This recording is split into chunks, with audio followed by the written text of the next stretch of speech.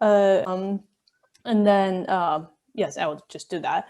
Welcome to session 2 of Syncopated Resonances. And I think many of you, or most of you, may have received the reminder email / clarification email from Jamal. And that this is part 2 of an experiment on colloquium format. And what happened here / what we're trying to do here is sort of think about, you know, in the era of everything on Zoom, we're trying to think about ways to accommodate as many people across as many time zones as possible. And so this is one experiment. So we're trying to sort of include the speakers and also participants from just like in really different times. So it may fail, you know, but through the failure, we will probably also learn something. And so this is session 2. Session 1 took place on Thursday, October 1st at 9 o'clock in the morning.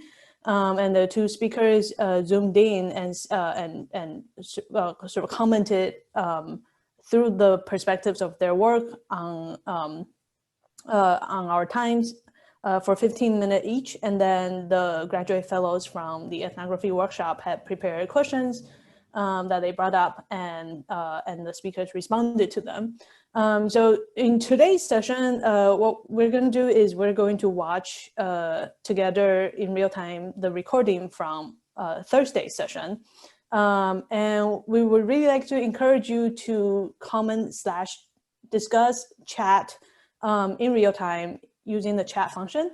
And then after that, we'll also have like a discussion session where we use our like mouth and words and voices.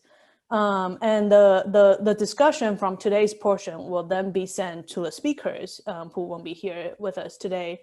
But this is also a way to sort of create like a way to respond to them, but not like in a kind of offset time. So we of course welcome comments, thoughts, ideas about like the format. Obviously this lends itself really well to thinking about meta remediations of many level.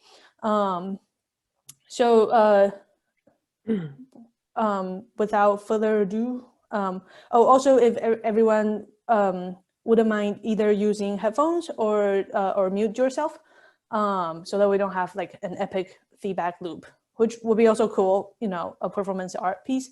But you know, that maybe after, I don't know, for fun. No. So I will share sound and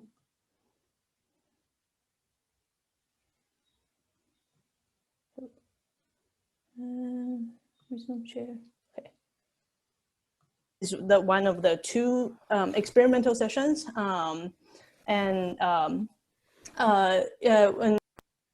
this different formats. So in an effort to attend to the constraints of our current moment, and also to sort of just explore like different affordances of what Zoom can do. You know, Zoom apparently just forced us into an experience of fractured time. So there's that. But all in the hope to continue to foster a sense of intellectual sociality, even in this, I'm sure, a very difficult time. And so today we have 2 very exciting speakers with us. And I will also say that a massive amount of gratitude to you both. I know that Cassandra has to teach, and I know that Deborah, this is like end of a very difficult, end of a long day for you. Basically, everybody moved mountains, you know. So thank you. And so maybe I'll just introduce you both, and then you can, and then we can, and then maybe then yes, then we'll figure out an order. Okay. So in alphabetical order, Dr. Cassandra Harblay is Assistant Professor of Anthropology at the University of Toronto, Scarborough. Her research is focused on the moral and cultural dimensions of disability as social difference. Professor Hartley's book manuscript, Totally Normal, explores how the specific context of post-socialism in Russia produces particular configurations of disability as social difference, and how disability advocacy takes on different meanings across global contexts. Foregrounding the production of social norms in post-socialism, Totally Normal explores not only disability, but proposes new frameworks for understanding difference and injustice in global capitalism. And we also know that Dr. Hartley sort of tries to explore the ways in which ethnography, or how we think about ethnography, may reproduce ableism, and have produced and written a play called I Was Never Alone,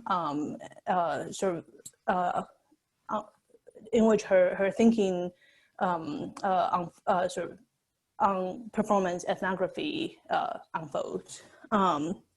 So we're super excited, Kazariya, and looking forward to the conversation. And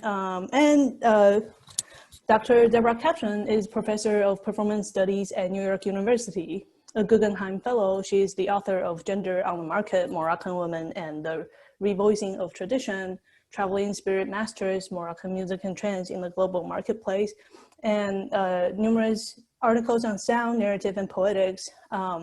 Professor Kaplan wrote a bunch of other things, but in the interest of time, I would just maybe highlight that we read and were inspired by your edited volume, Theorizing Songwriting, and as well as a chapter from your Aesthetics of Proximity.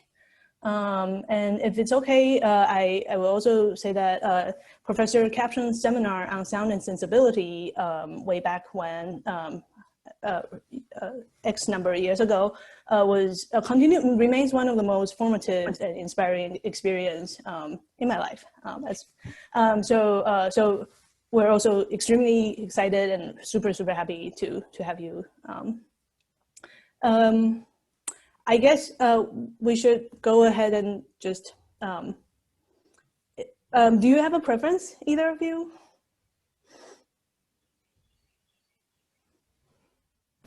Do you, Cassandra, have a preference? Doesn't matter to me. I don't. No, I'm sorry? Who would you? Either way works for me. Yeah. Yeah. Let's see. Flip a coin. Who would you like to go? Just pick. Maybe I'll let you go first. That sounds great. Yeah. Okay, fine. So I'm very happy to be here. And thank you, Em, and everyone, Anne, and everyone who has been, Jamal, instrumental in bringing this together, which is not an easy task across time zones, across formats. And, you know, we're trying to figure out how to be an embodied human being at this moment where we are all in multiple crises, right?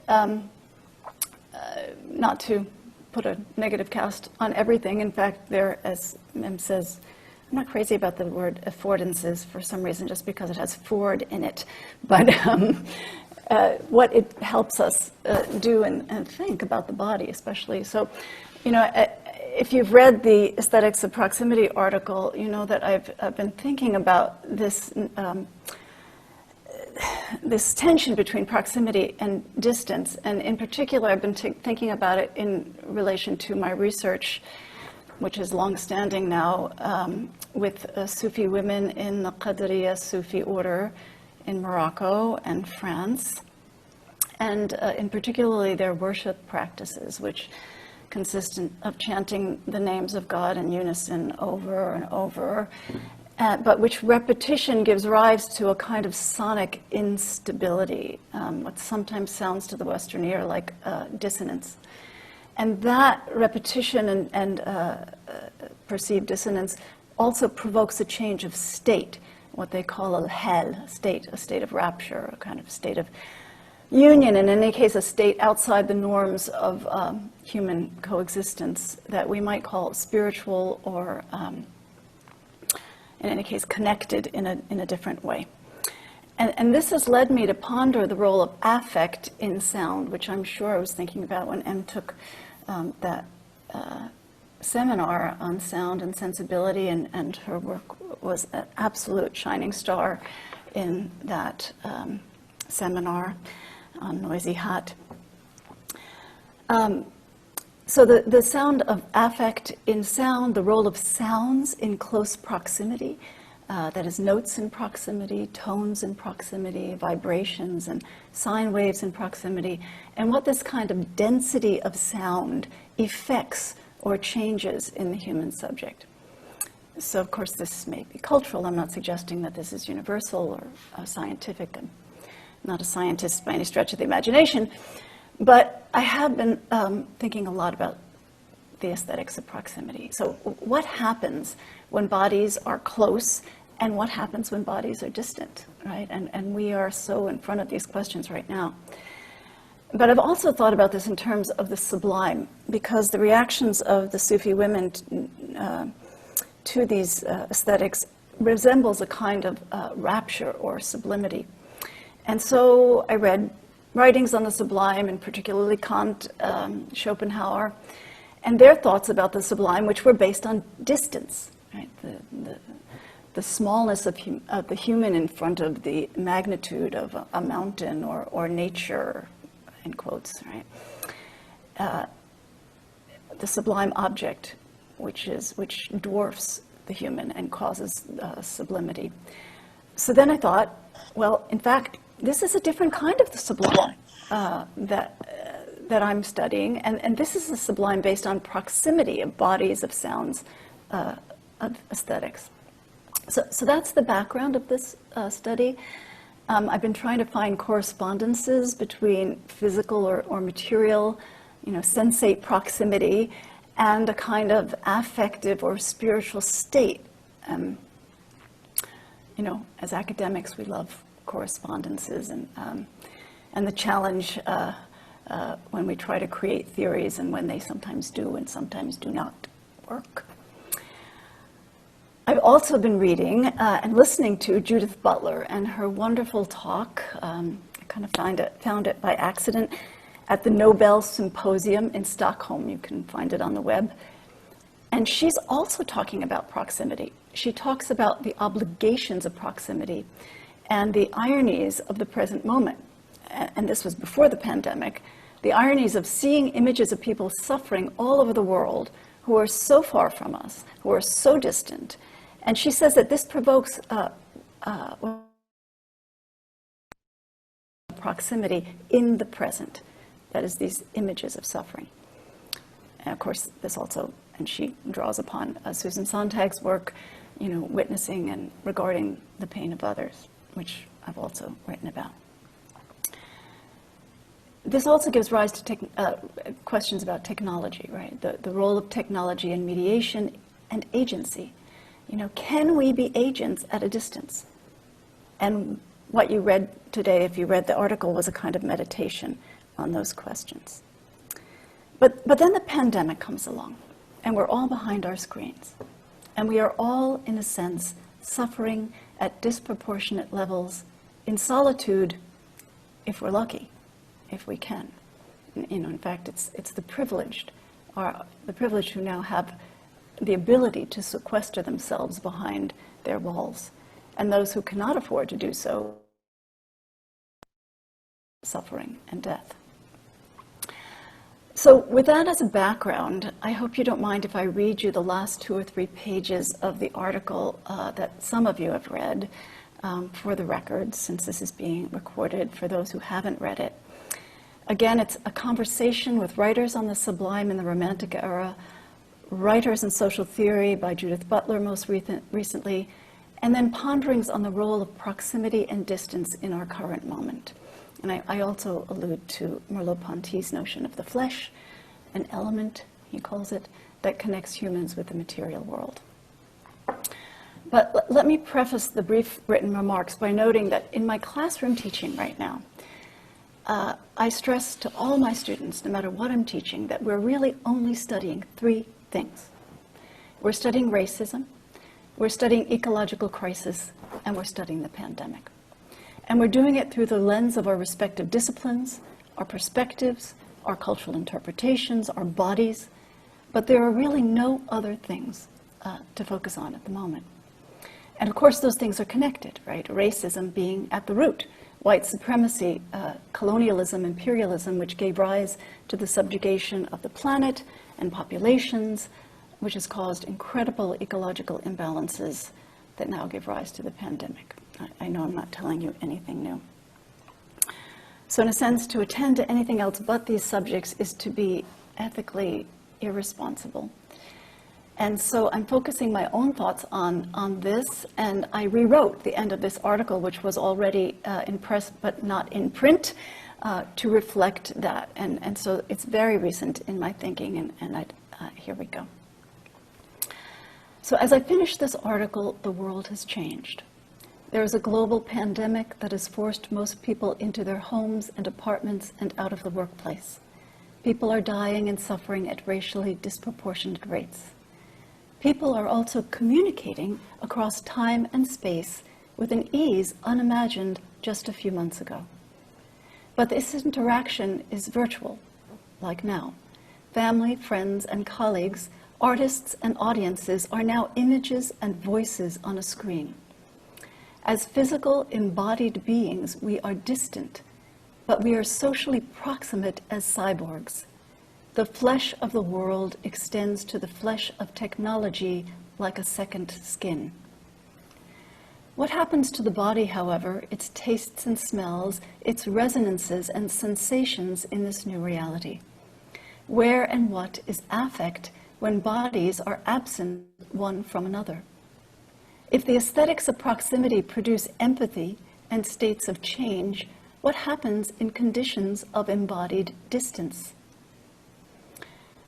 So, and here I make reference to my research with the Sufis.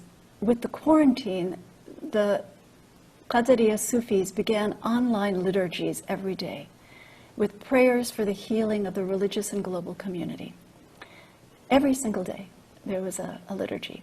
This allowed practitioners from all over the world to attend. Time zones and space were transcended. There was a difference, of course.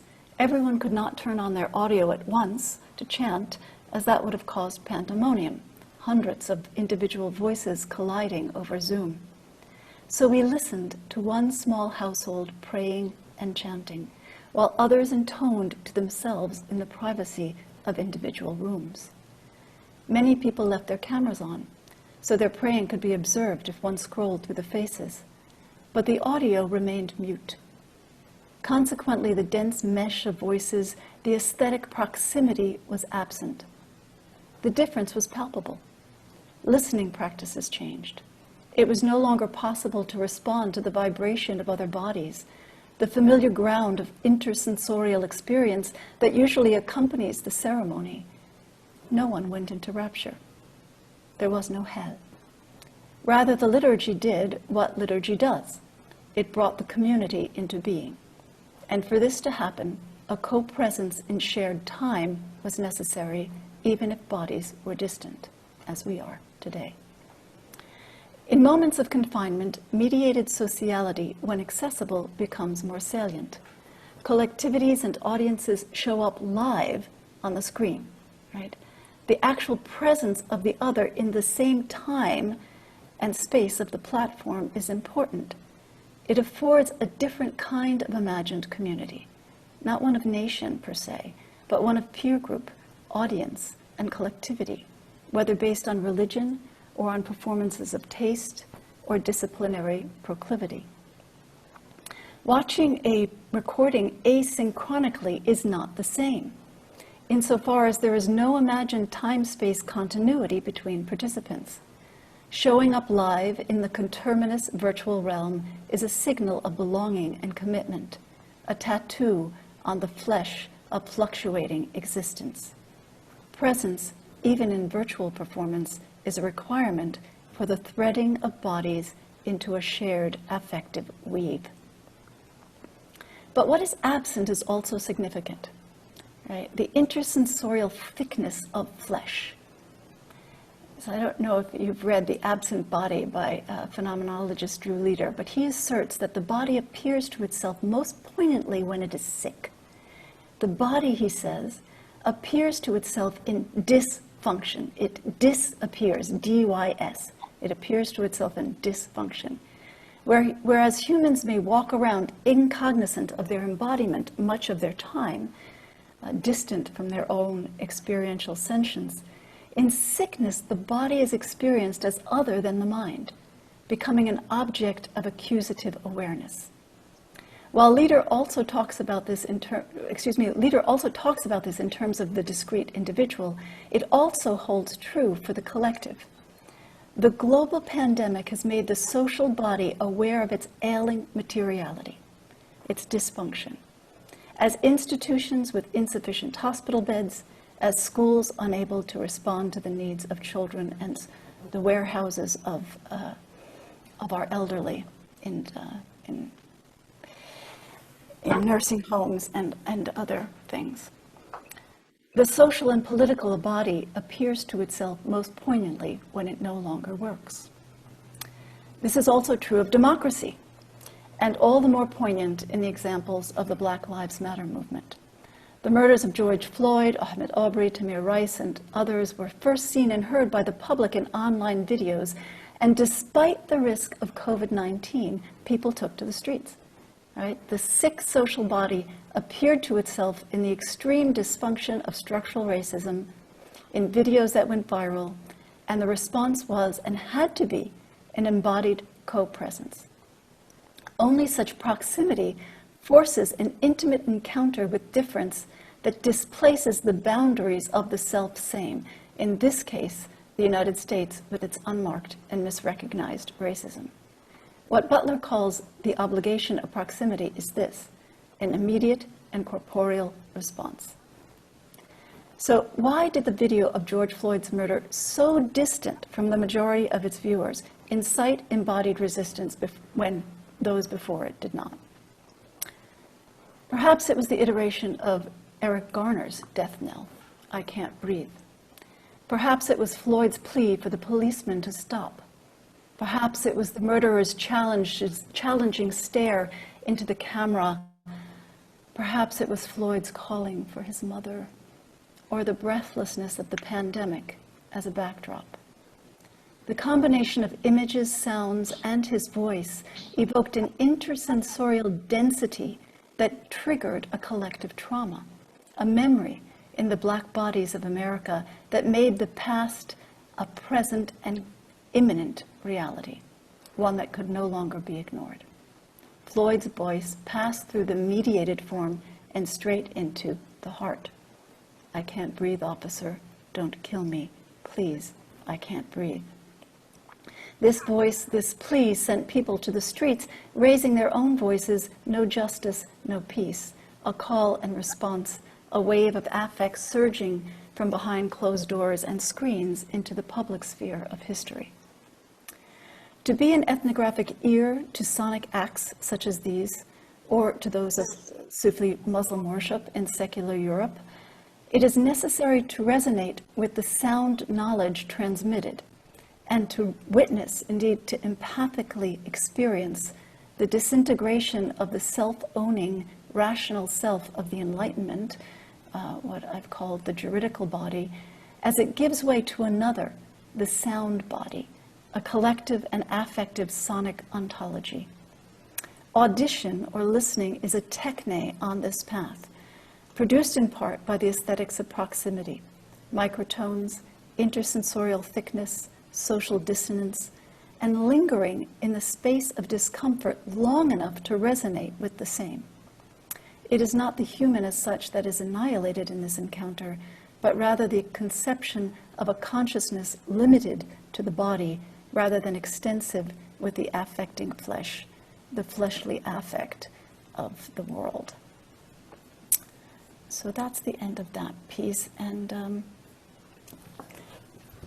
we can either, I don't know how you want to proceed, if you want to discuss it after, or we want to pass on to Cassandra and have a discussion later, up to you. Thank you so much for that wonderful provocation. Perhaps if we could go on to Cassandra and then move on to sort of questions for you both. Sure. Thank you, Emily, and thank you, Deborah. That was really a moving and intense way to start off our time together. I'm coming to you from Toronto, Canada, which is the traditional land of the Huron-Wendat, the Seneca, and the Mississaugas of the Credit River. And I want to acknowledge all the many homelands that we're coming from and occupying, and including the servers that are making this meeting possible. So I'll just talk a little bit about my recent projects, then I'll respond to some of the prompts that Emily sent along in the poster for this, in terms of what are we doing in terms of doing anthropology and ethnography now in this fraught moment, and also to sort of reflect on the idea of syncopation, which was in the title of this meeting. And I think there are some interesting resonances with what Deborah has just shared. So I understand that some of you were circulated a couple things that I've written. First, my article, Disability Expertise from Current Anthropology. And in that article, I'm talking about what I think can be called disability anthropology, a kind of space of coming together between the interdisciplinary field of disability studies and cultural anthropology. And I named disability expertise as one area for investigation under that banner, that is that it's both of interest to anthropologists as a theoretical and ethnographic object for investigation, and also in conversation with scholarship from disability studies, which as a discipline from its foundation is in conversation with disability justice movements, activists, and scholarship by people with disabilities themselves. Not that people with disabilities aren't among us in anthropology, but that is a founding premise of disability studies, unlike anthropology, where we so often rely on the super able body of the lone ethnographer in our sort of traditional understandings of what we do. Deva Kasitz has called it the cowboy ethnographer out on the range, echoing earlier scholars' discussion of that. But I'm interested in disability expertise as a kind of subjugated knowledge that is specific to communities of people with disabilities that seems to arise again and again in different situations and different cultural settings. And you also were offered a preprint of my book that is coming out later this fall with University of Toronto Press. And that book is called I Was Never Alone. It is a play script based on ethnographic interviews with people with disabilities in contemporary Russia. And in particular, I highlight excerpts from sort of life story moments with 6 key interlocutors. And they each sort of offer the audience a window into their world, and the audience plays the role of the ethnographer in the play. So similar to works by a variety of performance ethnographers, such as Sayuni Madison and E. Patrick Johnson, you bring the work of ethnography into the space of the theater so that the audience becomes part of that participation. And in that book, I also include a reflective essay where I sort of consider what it means to do performance ethnography specifically in relation to disability and embodiment. And the title of the play, I Was Never Alone, is actually a quote from one of my ethnographic participants. And I think I can share an image from the play, one performance of the play itself, if I can figure out how to do this. I just made you a co-host, so you should be able to screen share as you wish. Oh, great, thanks. I will try that. Yeah.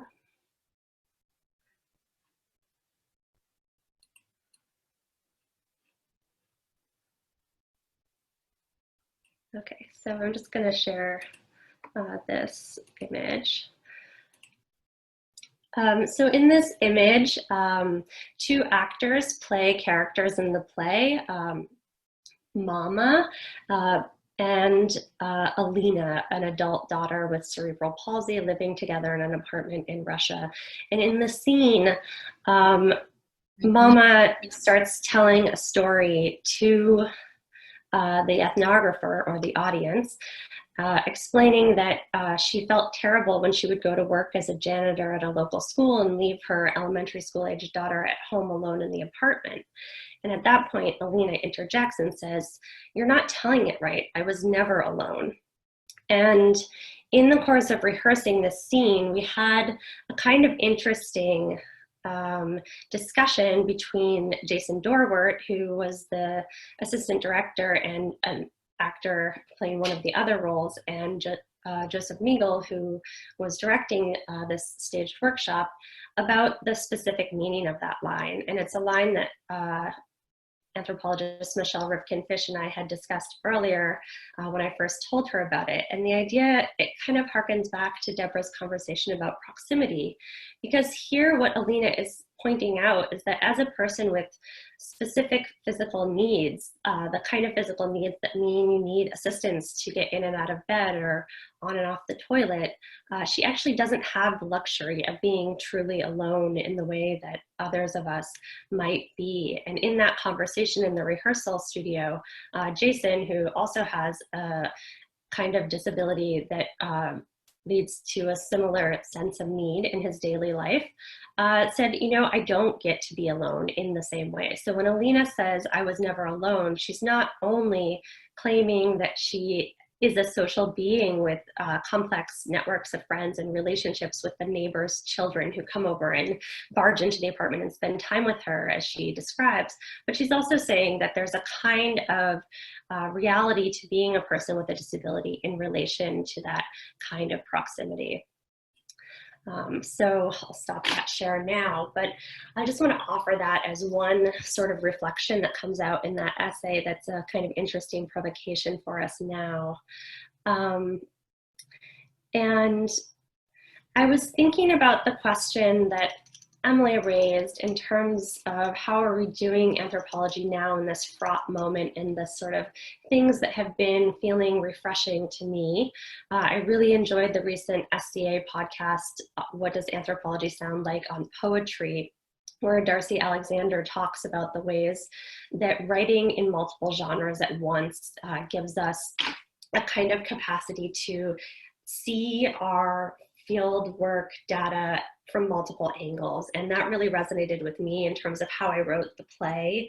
I was at once writing an ethnographic dissertation. Oh, I'm sorry you saw my desktop and not an image. I just saw your comments. I couldn't even see that. Well, I'll have to try again later. But so I really recommend that podcast. And then I also have been really thinking about the call from the recent panel called The Case for Letting Anthropology Burn, with Jonathan Rosa, Savannah Shane, Ryan Jobson, and others, about this call to renew and re-engage with the concern with ethical relations and the kinds of relations that we're holding with one another as ethnographers. And in that sense, you know, we've had the post-colonial turn, but there's this sort of new urgency in that conversation to really examine our relations that we're building through our ethnographic work, both in the university and with our research interlocutors in a different way in light of the current political struggles and reckoning of Black Lives Matter and so forth. And so I'm really kind of interested in holding that in the frame as we're doing ethnography. And I recently had a conversation with my research assistant, who's a PhD student in the theater department here at University of Toronto, about next steps for the play project. And we were talking about how could we possibly stage the play as a work of disability theater in this moment. And in some ways, people with disabilities, as I found in my fieldwork and discuss in the play, have really been relying on the digital as a space for a long time. But when we think about theater online, there's a kind of disappointment because that embodied co-presence that Deborah was talking about is so central to the theatrical experience, both for performers and other artists in the troupe and the audience. And so we were talking about what it means to imagine a digital performance where the frame of the Zoom meeting is part of the performance, right? That maybe the ethnography is taking place on Zoom, and that becomes a sort of adaptation of a script that was originally written for describing in-person ethnography. And so that's something that we're playing with right now, and it's just emerging and it's very new. But I think it actually addresses several problems that we've been having for some time, which is that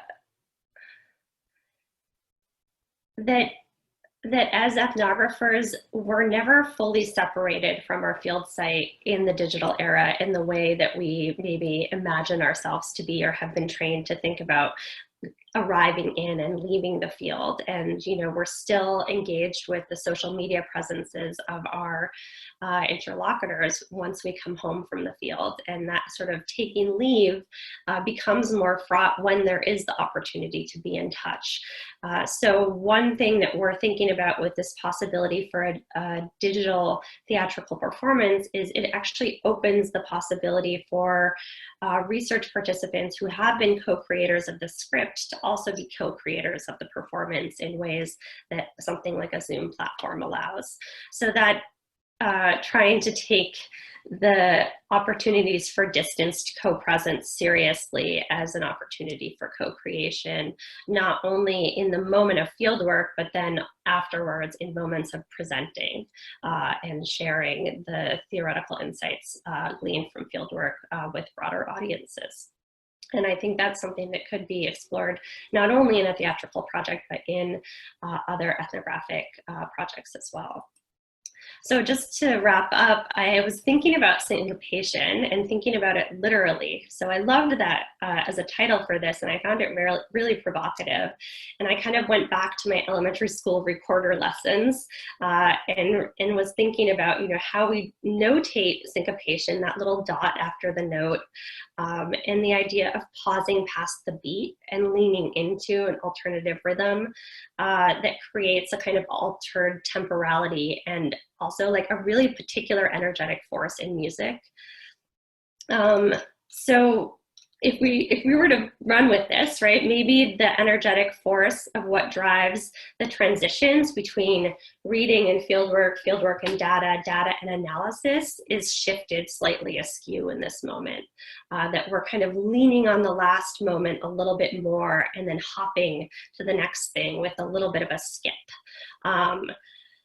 And so maybe we can think about that as an opportunity to recalibrate not only like embodied co-presence, but the temporality of how we're engaging in ethical relations with one another in this digital moment of ethnography. And think about what are the ethical relations, to extend the metaphor, that are driving the melody of our ethnographic projects. So digital, distanced, this syncopated rhythm. It could become a mood, right? If we think about syncopated rhythm in musical history, it's a mood that defines certain historical periods and genres of music. So while we can't name our own historical period while we're thinking of it, I actually really like this idea of thinking about this moment producing a kind of syncopated ethnography. So I think I'll wrap up there, but I also have thoughts about temporality and what disability studies scholars call crip time and how that might play into this idea of syncopation in other interesting ways. So I'm really looking forward to the conversation. Thank you so much, Cassandra, as well for that. Indeed, I think sound metaphors are we're just going to lean into that at this point. The resonances abound. And so the Ethnography Workshop Fellows have prepared a few questions, but we are also, we also only have about 10 minutes left. So if I could maybe put forth a proposal for everyone, which is maybe we can start off if either speakers want to respond to the other, or if anybody wants to just go ahead and jump in with questions, we can do that, and perhaps we'll also go a little bit over with some of the fellows. But if anyone needs to leave at 10 o'clock, please feel free to do so. How does that sound?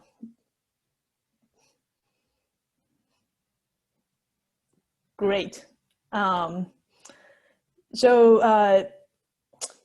anyone has a burning question, please feel free to unmute yourself and speak up. And otherwise, one of our fellows will lead off with a prepared question.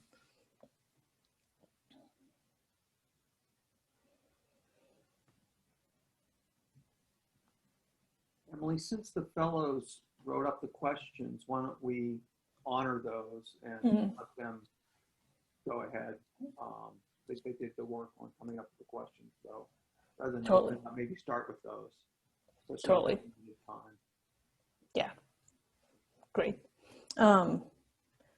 Cade, would you like to?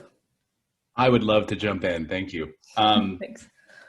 Thank you both so much for this fascinating talk and for the opportunity to engage with readings that are still sort of in the works, and to listen to you both speak this morning was fascinating and provocative. So thank you both very much.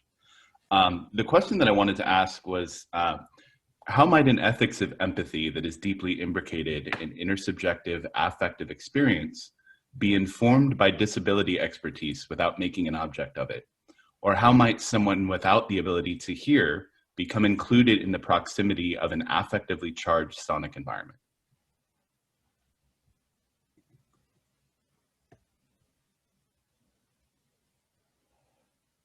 Can we both answer? I mean, that's a disability question, but you know, I always, I mean, Cassandra's welcome, I'm sure has a lot to say there, but I will just say that we all experience affect and atmosphere, right? So the deaf listen to music by placing their hands on woofers.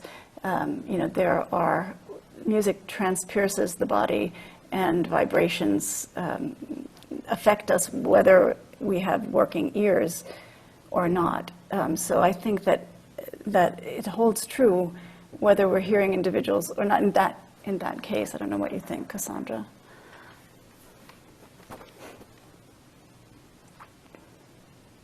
Yeah, that's a really fascinating question, and I think it is. Thank you for that, Kate, and also for that point about the vibrations and the experience of affect. Like, I think, in fact, Deborah's points in this presentation and article about the kind of shared altered state, right? That the experience of music has to do with how the sociality of the people listening changes. You know, to think of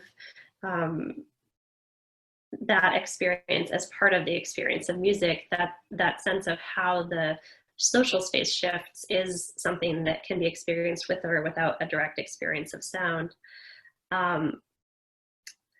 And in terms of the actual ethical relations, there's a really important movement in disability studies, in disability justice activism, and in disability arts to see the opportunity of translating across sensory difference as an aesthetic opportunity, as an artistic invitation and provocation.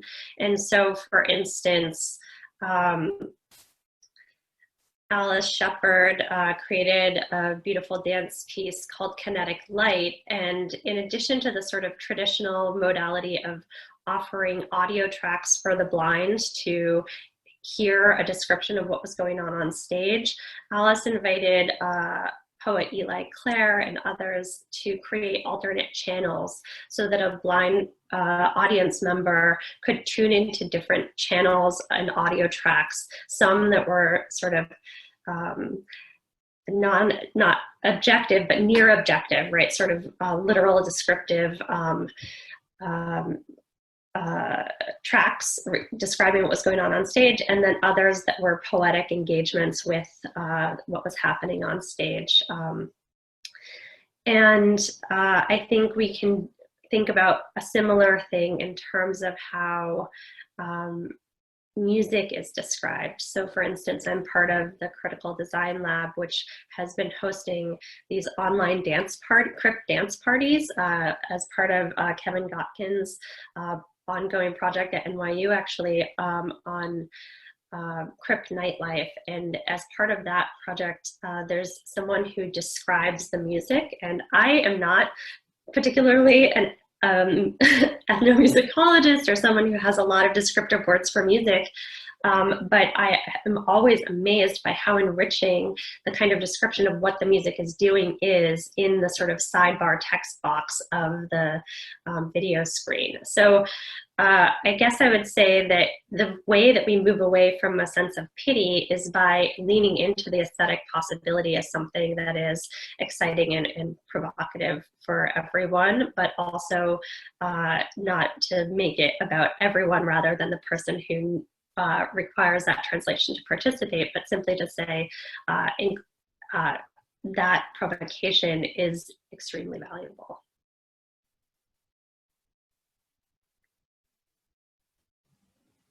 So thanks for the question, Kate.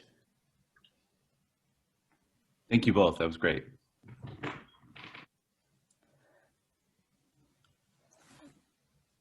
Cody, would you like to? Yeah. Yeah. Again, expressing my thanks to both of you for taking time to speak on such provocative, thought-provoking works. And probably, Kate, I have a lot of questions, but I think kind of question that I have to kind of tie your two works together is this question of how might we as ethnographers enact more capacious conceptions of resistance and virtuosity in how we listen and witness the pain of the other.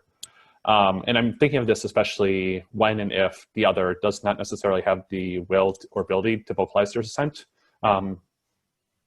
Yeah, I guess I'll kind of leave it at that, but how do we conceive resistance virtuosity when people may not be able to dissent?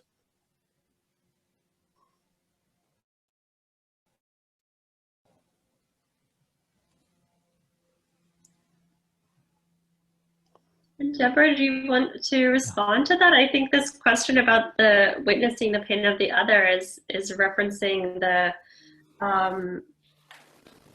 engagement with the Butler talk, right? Is that what you're intending?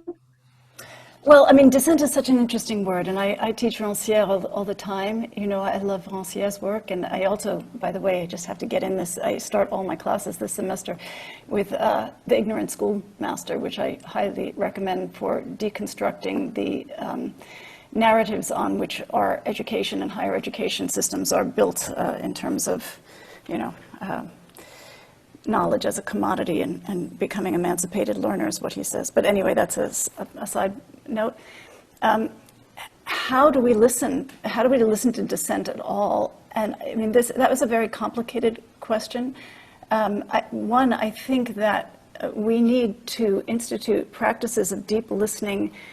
I mean, by the time people are in graduate school, it's almost too late. It's never too late. But, these are practices we need to learn as children, right? We need to learn how to listen compassionately and with empathy, and to lend an ear and our body and time and space to the other. But certainly, we can theorize them. It's easy. Practicing it is more difficult. But people who have been living under totalitarian regimes, I'm living in one right now, they're used to not being able to dissent in ways that are evident and in your face, right? But there are always ways to dissent under the radar. But I don't know if that's getting at your question. How do we listen to dissent, or how do we teach listening as dissent? Well, I guess both questions could be applicable, but I guess I'm curious, what it brings up the question of what dissent actually sounds like, or if it exceeds in a sonic or aural realm that is different than how we as ethnographers might actually conceive it. How do we go about sympathizing, empathizing in ways that we might not actually register? So it's a somewhat lofty question, but yeah.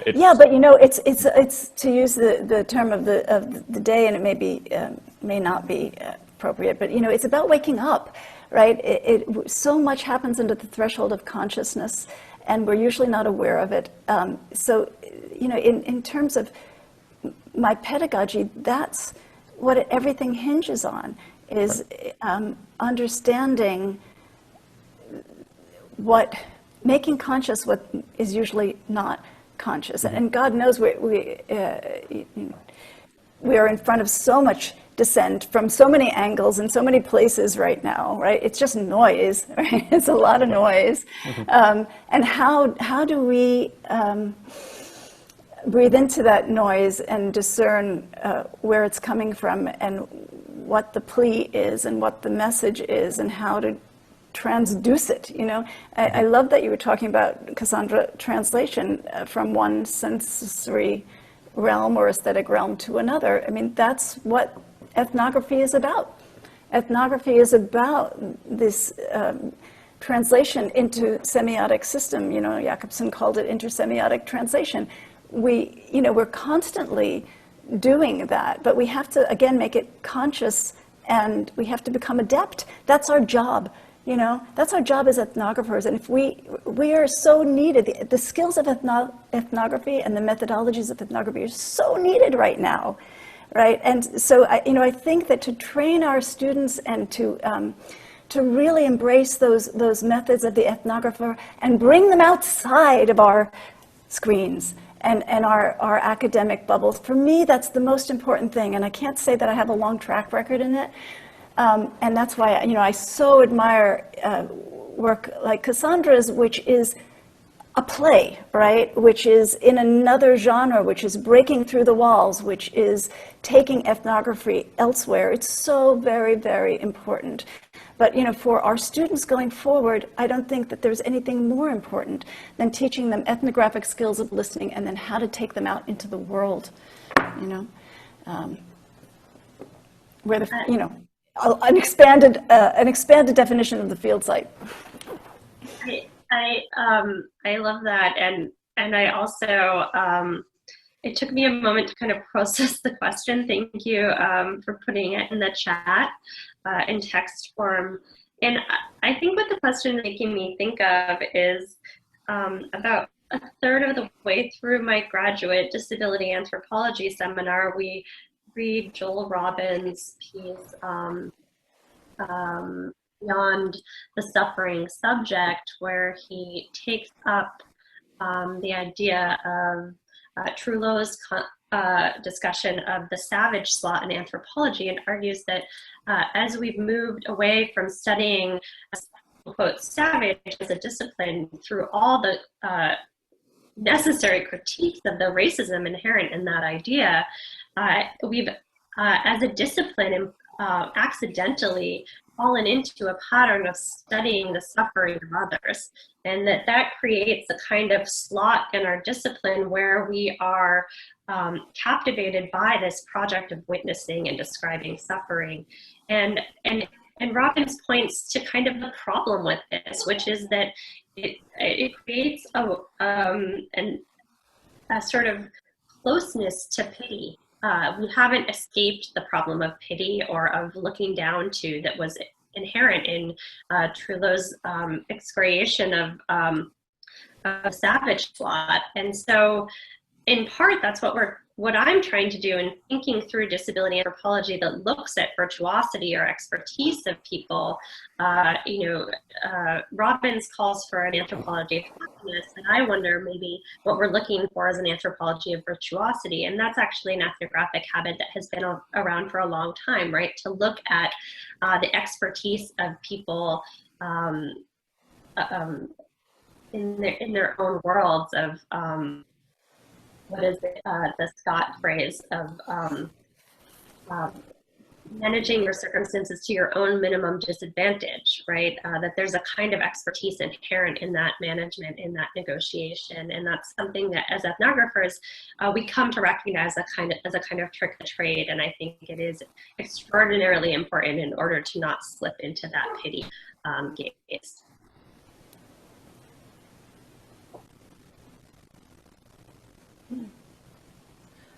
Thank you both so much.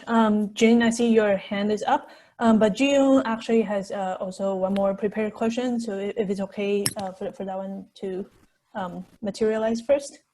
And just before asking the question, totally different thing. I was in this writing pedagogy workshop and found it that, one way to get out of the academic bubble that Deborah was talking about was to actually make connections on campus, for example, exchange students between classes, or making them write letters for actual policymakers and so on. Mm-hmm. Mm-hmm. Because, like yesterday we were talking about why do we feel like we are in the bubble, and then we experience it's like campus is also a very effective space, right? We see just buildings we don't know, people we don't engage, and bulletin boards we don't read, So, I think it might be relevant to what we were talking about here as knowledge production and knowledge as a commodity. That I don't know, yeah. I think there can be more ways to do this, even through Zoom as well, to build effective spaces by connecting different communities. But, yeah, that was just what I thought. And I actually have 2 questions left, but I think they are all related.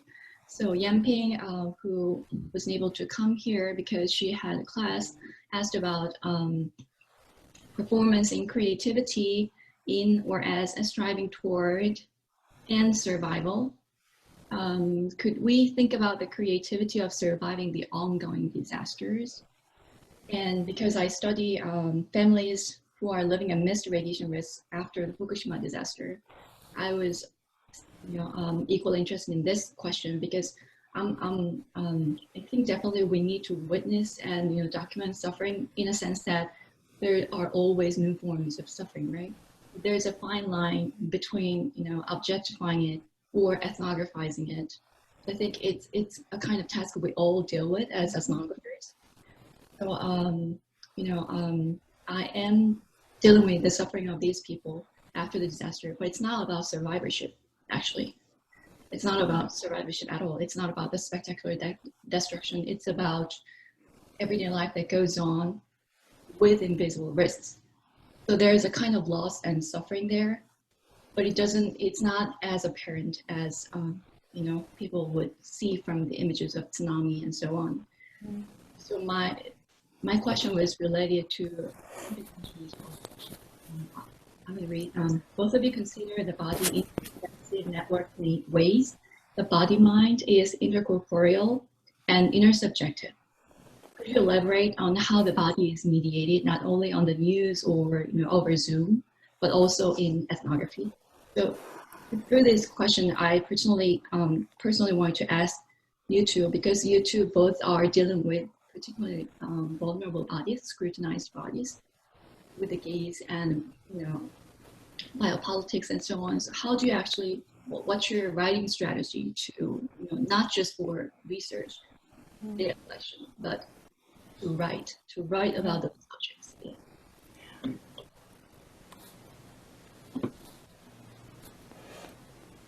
Well, I'll jump in. I mean, that was really loaded. And, I would caution, I love Joel Robbins' work, but we are, doing ethnographies of happiness is all well and good, but we are in a crisis and we're going to be there for a long time.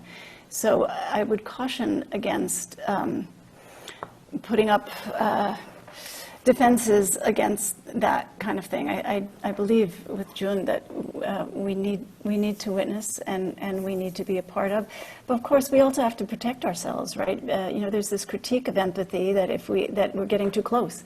If you're empathic, I have to say, this is irresponsible of me to just repeat these ideas without having read the book, but I read the book review by this Harvard professor who was, or was it Yale, who was critiquing empathy and saying that we are too close to the empathic when we're being empathic, and we lose our objectivity. And you can be empathic to Hitler, or you can be empathic to Trump, and and then it doesn't necessarily. It's not always a good thing. I hear that critique, but I also think we need to temper it. But we do also have to protect ourselves insofar as we don't, can't give yourself to the suffering of the world without becoming completely depleted. What is our role in being these witnesses? And, so I love the question because because I'm a writer and because craft is so important to me. And I'm writing right now a memoir, and I don't know, who knows if it will be published because it's not academic.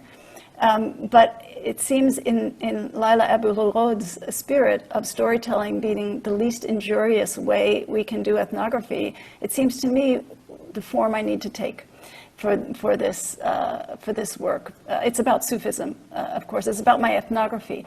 And it's, I hope, not self-indulgent, but the fact is that I am not writing it in an academic voice deliberately because of all the baggage that carries, right? But, of course, I'm a senior scholar and I can do this. And again, I don't know if it will be published. It's harder to break out of these genres when you have a tenure committee looking at your, your publication list. But I mean, those are my thoughts on it. We have to continue to be empathic human beings, right? And we have to continue to be there and transduce those emotions. And transduction is such an interesting thing in listening. It's the big metaphor now because it takes one energy, a sine wave, it goes through the ear, it processes, and boom, all of a sudden it makes meaning. It's an electrical metaphor, right? It takes one energy, water, goes through the water wheel and produces electricity, right? So it's one thing going through another that then comes a third thing. This is what ethnography does. This is what listening does, but this is also what ethnography does, and we have to do it, of course, with as much compassion and as much beauty. And this is where, if we're going to study, if we have to study suffering, let's do it with beauty, right? Let's be craftspeople. If we're going to write, let's be writers that are good writers. If we're going to be theater makers, let's be good theater makers. Let's do it beautifully. I mean, that's where the virtuosity perhaps comes in that you were talking about, Cassandra.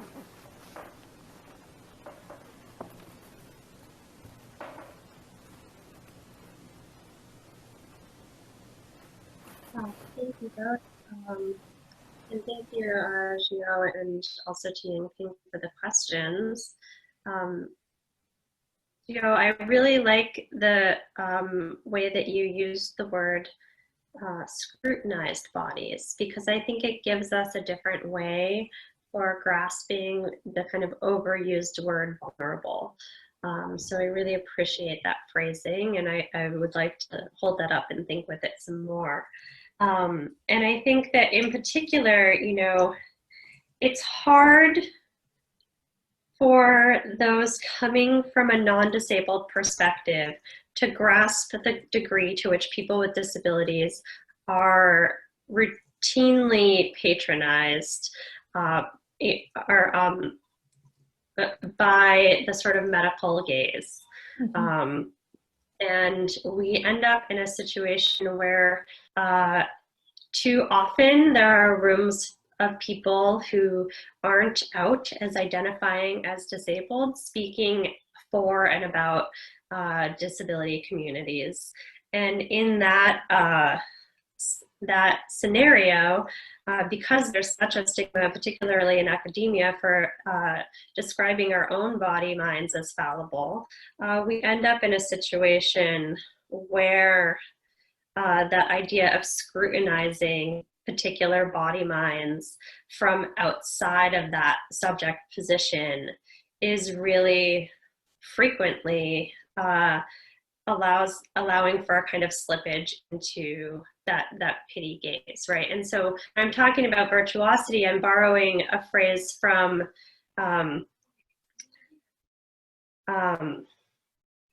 sorry, blanking out here, a new book that's just come out called What Can a Body Do, by a disability studies colleague of mine, who has this wonderful description of the fact that we often see people doing tricks on a skateboard and say, wow, I could never do that. And in that expression, there's a kind of recognition of virtuosity in using the technological device of the skateboard. Yet very rarely do people look at someone navigating a wheelchair on a similar slope and recognize that virtuosity. And so, oh, sorry, Sarah Hendren is who has made this point and written the book. And while it's critical, as Deborah's pointing out, to not only focus on those moments of virtuosity, but to be empathetic about all the moments of struggle in between, there is still a project of kind of reclaiming a capacity for virtuosity amongst communities. I particularly work on disability, but we could think about other communities that are understood to be vulnerable or suffering, but from a dominant culture perspective, and to reclaim capacities for virtuosity. And so the virtuosity is not necessarily that I'm speaking of, not necessarily that of the ethnographer, but that those virtuosities of our interlocutors that are related to subjugated knowledges. I really appreciate the question about how body mind's getting mediated through all of these new platforms and the media itself, the news or whatnot, but also through our own ethnography comes about. And I don't know that I have an answer. I have a section in my play script where there's a character description where I very sort of matter-of-factly describe people's bodies. And some people love that section and some people hate it because they feel that it replicates a medical gaze or a normative gaze.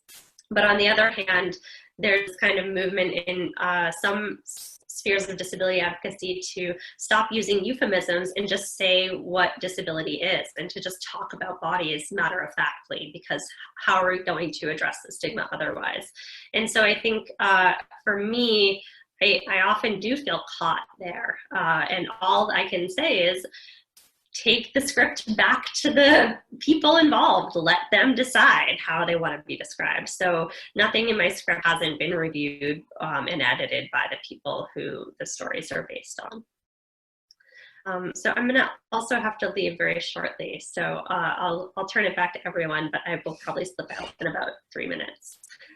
So thank you in advance for everything today. Yeah. Thank you both so much, and thank you, Cassandra and Deborah. So I think our time is indeed up, and I wonder if perhaps we'll call an end to this session.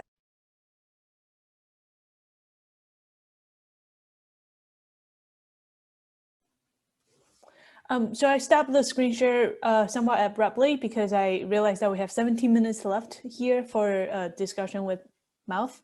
And also because the remainder of that recording was just people saying bye, basically. I promise. Also, it's on YouTube, so you can watch that if you want to.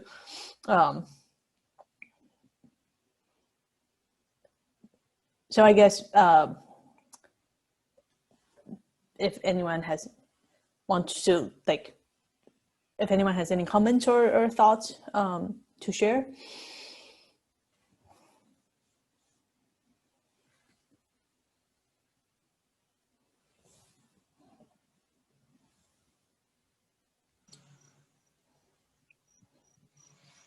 Jin? Just wanted to tell an anecdote about a mass I attended for deaf people. And it was very interesting to, in that sense, be the minority, because most of the people attending the mass were deaf. The priest was also deaf. So there was actually a sound translator translating what the priest is signing, so that people who don't read sign language can follow along as well. And it was just very interesting to then be in a position that, of course, doesn't happen all the time, but just in which actually being able to hear is a disadvantage. And it's very amazing to see the expressivity of the gesture of the priest who is doing the talking, in the sense, and it is a very visual and amazing kind of performance of a language that's really different from going to a normal mass and seeing usually a very older priest who is not very excited, or seems not very excited. I don't know, it might be very excited, but and it makes me think about the possibility of the expressivity within disability that Hartley was talking about. And instead of trying to enter that space as sort of a hearing person, but rather turning that around and sort of experiencing the non-hearing expressivity as a starting point. That was a bit rambly, sorry. Jing, there's a wonderful story by H.G. Wells called In the Valley of the Blind, which I used to teach about disabilities in my Med-Anth class, which gets at some of these ideas. A man who ends up in a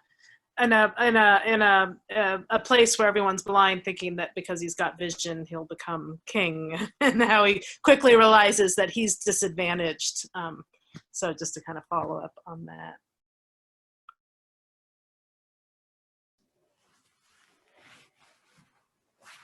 Emily, can you elaborate? I was curious about your comment in the chat about the format of Zoom. Mm-hmm. Can you elaborate on your thinking about that a little bit? Yeah, I think this.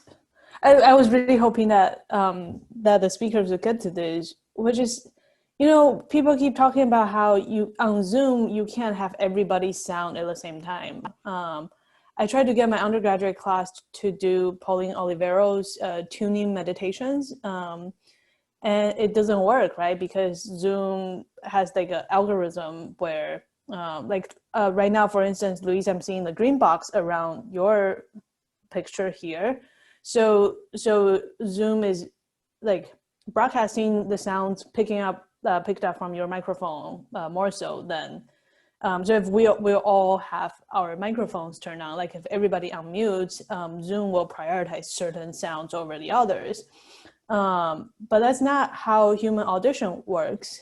Or like listening, if we want to put like a more kind of cognitive spin to it. And it also presumes that like communication or telecommunication is, like one person speaks and another person speaks back and so on and so forth. And so what happens when, like, what if we want to all talk in unison, and so the reason why it doesn't work, I don't think it's, it might be because of some like bandwidth limitations, but it is like the design of Zoom is built off of like one understanding of communication. And I think perhaps especially music scholars or like music educators, but also like really everyone, I think, is constantly rubbing against this idea of what communication should sound like baked into Zoom, and that's sort of what I was getting at. Thanks. I suppose also that the chat is meant to be the overlap, but that doesn't quite work either. Right. Right.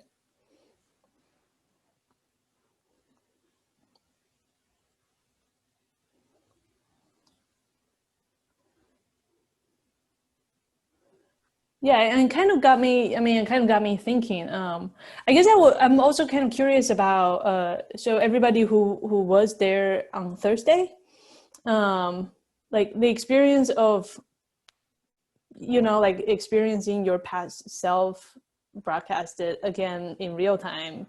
Like I'm kind of curious about that, but then also like, I guess I wonder if, how everybody feels. It seems like, because maybe like the disability studies angle is pointing toward how these moments of things not working actually bearing like the seeds for radical possibilities, right? Like because things are not working, it demands that you think about why it doesn't work and what kind of design principles or ideologies are underlying the designs. I was just reading about an article on The Guardian titled "The Tyranny of the Chair," and it's really about how like things like closed captioning or even the good grips vegetable peeler are like, these were designs that are now incorporated into everyday life that started because of somebody voicing, like my body is not like, this world is not designed for my non-normative body and abilities, and I need a different design. And then it turned out to be like a design that so many people needs, right? Like, so I'm also kind of like curious about like, sort of like thinking about disabilities as like the starting point of like something that's radically new. I can talk about my experience of being there for session 1 and session 2. I think it's definitely different because, well, we weren't able to see screens of other people from the recorded version, but you can see that, people were constantly doing something while listening and registering themselves on the screen so the speakers could see their reactions, right? And here, because the speakers are not here, perhaps, and I think I noticed a lot of people turned to their profile pictures after you started playing the video. And there was this kind of tension that we all shared when Zoom wasn't working, when there was no image. And there was no kind of such tension because we know that this is from another time, right? So I thought, I noticed those differences, and I wondered if this could be tied back to Butler's notion of mediated experience of suffering, that she says witnessing suffering through mediation can forge an ethical obligation, right? But because we know that we are in asynchronous time, I think for me personally, there is much less obligation compared to, how I was listening to Deborah. And I just wanted to add what Deborah was proposing at the end of the talk. It might have not been recorded, but she was like, do we want to do this? You know, she suddenly brought all of us into a moment of reflection that, is this what you guys want? Is this what you want your future communications to look like in academia and so on? And I think that was a very great Zoom performance, even though she didn't intend it. She didn't intend to. Yeah, that was my reflection. For me, the question of syncopation is an interesting one to go with in terms of, setting up a session like this where we are used to the sort of immediate and live feedback and participation, and in this circumstance where it isn't possible, but it enabled us to incorporate someone who's, I think, in Morocco, right? But the question then becomes: is that sync? Are we in the groove together, or do we land up with fragments, much like we land up in the chat, also with the sort of these overlapping conversations? But in the end, are we left with fragments rather than being in the groove together? That's a question that I land up with. Can I piggyback on that? I have to say the entire thing made me excruciatingly uncomfortable, and it may be a generational theoretical threshold. But the invocation, I think, which is not exactly the same as what Louise is saying, but I'm going to piggyback on it, which is that somehow I didn't know who the we was, we are involved in a project that involves empathy and the ethical, and it felt like a collective invocation that was inappropriate on a whole series of levels. And it may be because at the moment I'm very concerned about the origins of what people are citing. But, we in this moment should be doing X, Y, and Z because these things are going on and we should have this ethical stance. And I was thinking, what genealogy of literature, what reference point are you invoking when, for example, in the case of the movement for Black Lives, this is a far, far longer standing language around questions of Black love, around questions of the ethical, which I feel are implicit in this, but are not invoked or surfaced. The other thing, and I really, don't mean to give offense here, but it felt in the sort of referencing of, okay, so post-coloniality has done this for us, and now we're going to move into this other kind of object, that we are moving from savage to suffering slot. And along the way, the very thing at this political moment, it would seem to me anyway, I'm not going to invoke a we, but in this particular moment for me anyway, I would want to know what the underlying structures of that suffering is, rather than moving directly. And I'm not saying this so much in terms of the question of disability studies, which has its own positioning in its own place, but the sort of the analytical armature that is being brought to bear here feels very suffering slot to me. And I just don't know how far one can go with that when there are surely these much larger underlying structures.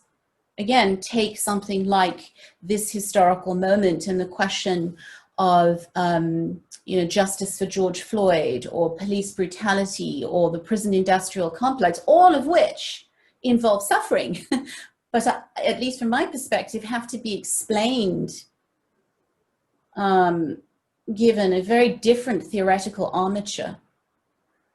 So for me personally, and I can only speak for myself, the whole thing just made me feel quite uncomfortable. And I don't know this thing of characterizing what the anthropological project is at this moment. Feels like we could actually get left behind. Yeah.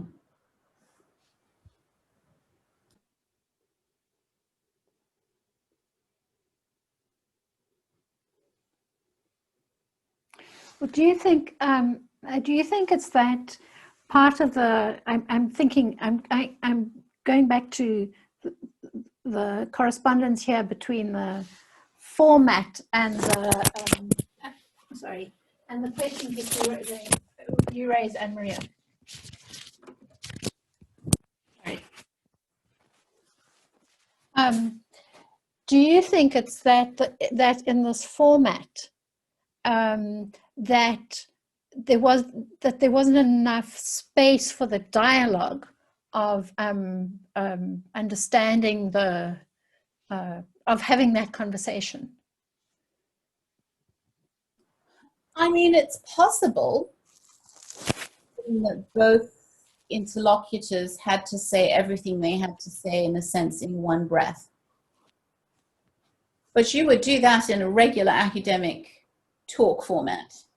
And then there would be the questions where someone would say, I would say something like, why are you invoking Butler for the umpteenth time? Why do we always have to talk about Judith Butler? So possibly, except that in a lot of ways, the format replicated as best as it could what normally happens, save perhaps the fact that, and GSF has done this quite nicely live in the last few years, the 25-30-minute talk by two people who are speaking about something related or maybe about the same object but from very different perspectives. And that has worked quite nicely. But I'm not sure that this disrupts the way things might normally go. We couldn't speak to them afterwards, of course, you know. Yeah. Well, and I think also that the chat problematizes this issue in that people can then express things in chat and then they can be ignored or picked up, and it's not the same as having, if someone lays, an uncomfortable question on the table, voices that in person, there's going to be an obvious, it's going to be obvious that that question is not taken up.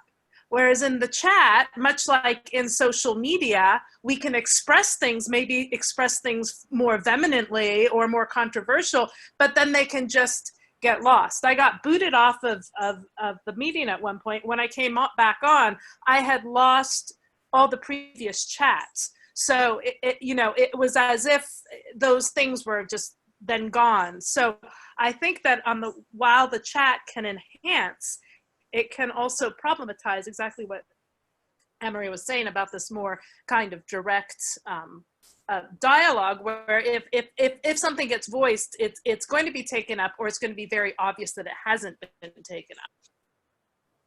Mm-hmm. Mm-hmm.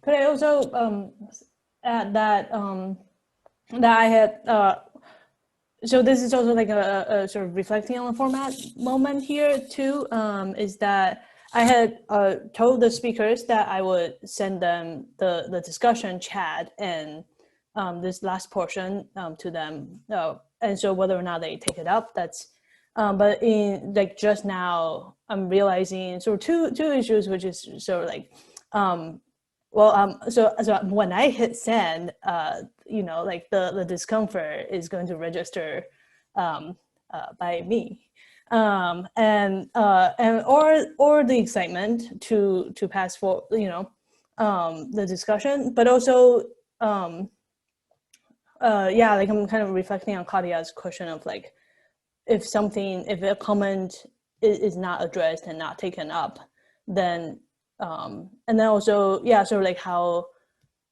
that responsibility, like then it's like, well, then two people have to go back and forth or not. It just becomes, I think it's just redistributed and like reconfigured in sort of yeah, in like maybe uncomfortable ways.